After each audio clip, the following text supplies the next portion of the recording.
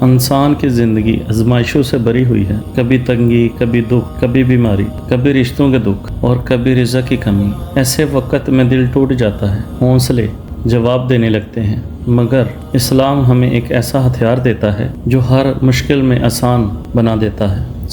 صبر صرف چپ رہنے کا نام نہیں، بلکہ اللہ پر مکمل بھروسہ اور یقین ثابت قدم رہنے کا نام ہے۔ صبر کیا ہے؟ صبر کا مطلب مصیبت میں اللہ سے شکوہ نہ کرنا، گناہوں سے خود کو روکنا، اللہ کے فیصلے پر راضی رہنا۔ اللہ کریم قرآن پاک میں کیا فرماتا ہے؟ بے شک اللہ صبر کرنے والوں کے ساتھ۔ یہ آیت ہمیں یقین دلاتی ہے کہ جب ہم صبر کرتے ہیں تو ہم اکیلے نہیں ہوتے، اللہ ہمارے ساتھ ہوتا ہے۔ اللہ کریم قرآن میں فرماتا ہے، صبر کرنے والوں کو ان کا اجر بے حساب دیا جائے گا۔ دنیا میں شاید صبر مشکل لگے، مگر آخرت میں اس کا بدلہ صبر سے بھی بڑھ کے ہوگا۔ اللہ قرآن میں ارشاد فرماتا ہے، ہم تمہیں ضرور آزمائیں گے اور صبر کرنے والوں کو خوشخبری دے دو۔ یہ دنیا امتحان ہے اور صبر اس امتحان میں کامیابی کی کنجی ہے۔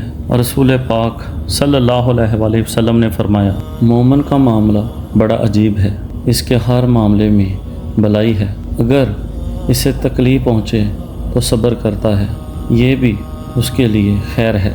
نبی رحمت صلی اللہ علیہ وآلہ وسلم نے فرمایا، جسے اللہ بلائی دینا چاہتا ہے اسے آزمائش میں ڈال دیتا ہے۔ آزمائش اللہ کی طرف سے ناراضگی نہیں، بلکہ اللہ کی طرف سے خاص توجہ ہے۔ حضور فرماتے ہیں، اصل صبر تو صدمے کے پہلے جھٹکے پر ہے۔ اور صبر سے زندگی کیسے بدلتی ہے؟